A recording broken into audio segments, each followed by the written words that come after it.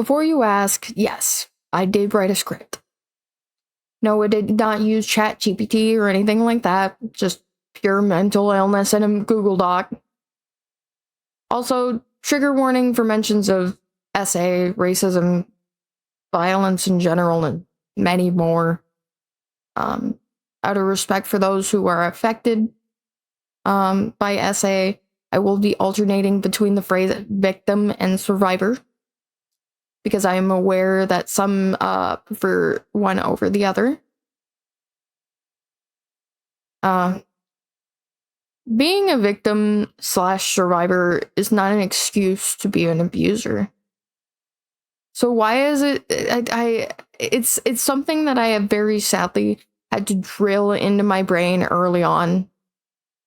So why is it that it's such a controversial topic to the point where we just don't treat it like, we don't treat that concept as common sense, but we treat it as an attack on the self? I have many reasons for bringing this up, but my main reason is that people, mainly white, cisgender, and heterosexual women, sadly, tend to use their victimhood as an excuse to tear down minorities. Consistently bothers me, by the way. There are also certain people who are not even victims, and they enjoy making up scenarios about said victims and perpetrators in order to demonize minorities while using the excuse of, well, I'm just looking out for the victims. No. No. You're not on the side of victims or your own recovery as a human being if you use it as an excuse to demonize an entire group of people. I find the entire notion ridiculous, even as an SA survivor myself. Yes, that is a fact about my life. I will also openly admit that many of these encounters have led me to developing androphobia, and for those of you who do not know, in the simplest of terms, just means a fear of men. I will never be able to sit in a group of men and not feel fear deep down, whether or not I know them. It certainly didn't help when I became wheelchair bound. No, I'm serious. Like, it's bad. This is a little off script, but I could be in a friend group full of nothing but men, and most people would feel nothing. I feel fear. That's not their fault, though. Anyways, actually back on script. But do I actually see men as evil? No. In fact, I mainly hung around them regardless of what happened to me, because even before it happened, I've always harbored this sense of, like, envy towards men that I didn't really realize was dysphoria, at least not until my late teens. I just knew that I thought my male friends were always really cool, and I wished that my family would help me get into a lot of the things that they did, but it just wasn't possible. Sometimes my sadness towards the situation does come off as resentment, and towards those men as a whole, and that's not my intention. And I wholeheartedly apologize for anyone I've harmed in real life or online, if that is the case. Why do I feel the need to bring up some personal information? Well, I've noticed a very long-standing and disturbing trend where transphobes use the trauma of survivors in order to villainize trans people, trans women more specifically.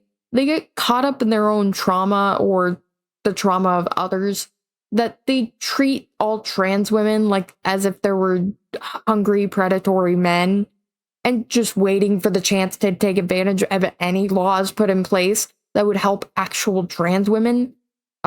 This ignores many things. Number one, most normal people are there to relieve themselves.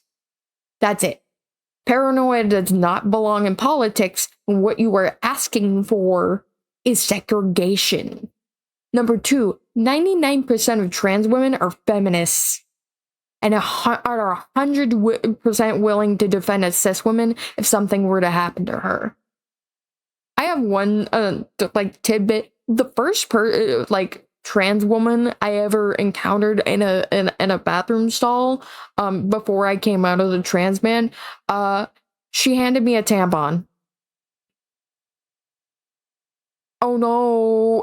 Like, these are fucking...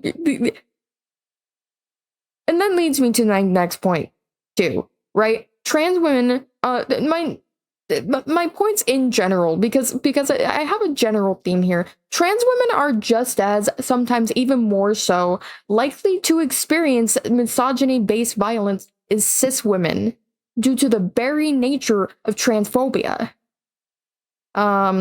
Their male sex should not be the thing that excludes them from male spaces to begin with. Endangering a woman just because of what's in between her legs doesn't make any sense. My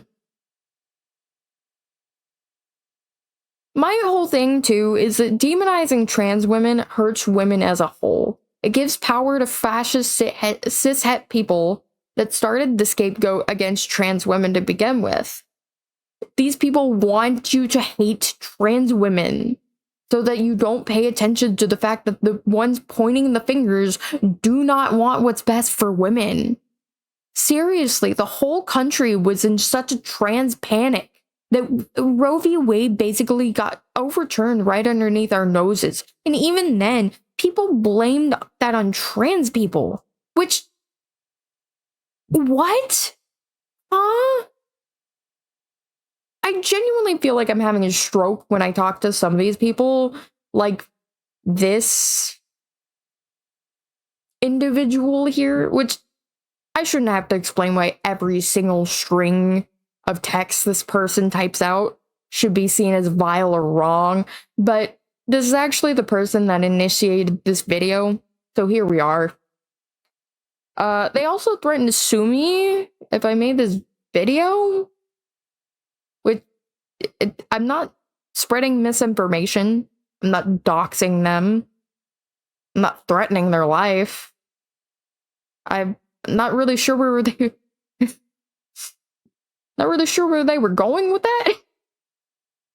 I just pointed out what they said was harmful, and then they tried to pull the, well, quote me card I've been dealing with when it comes to transphobes for at least 13 years. So no, I'm not gonna play those games. You commented on a public forum for everyone to see, including you yourself and your own eyeballs.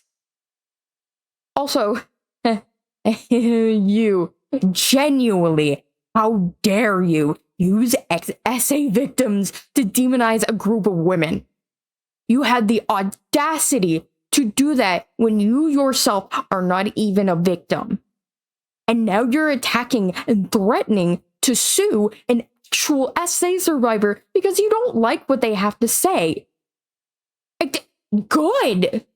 You don't have to like what I have to say because the truth hurts. Trans people can be awful, but that has nothing to do with them actually being trans. If you think otherwise, you are being nonsensical. Point blank. I'm sorry for all of the essays victims that you've ostracized today, but I am not sorry for any of what I have said to you today. Have the day/week you deserve, Christopher. Probably not a very nice one. I have a whole other section on this topic, not related to the Karen/Carl, but regarding a certain bunny character that's been repeated. It's already been a million of those released since the Amazing Digital Circus finale. So let me know if you actually want to see that. I don't want to just beat a dead horse and make it abstract. Do I have my opinions on her as someone who actually knew a person like Jax? And yes, motherfuckers, I said her.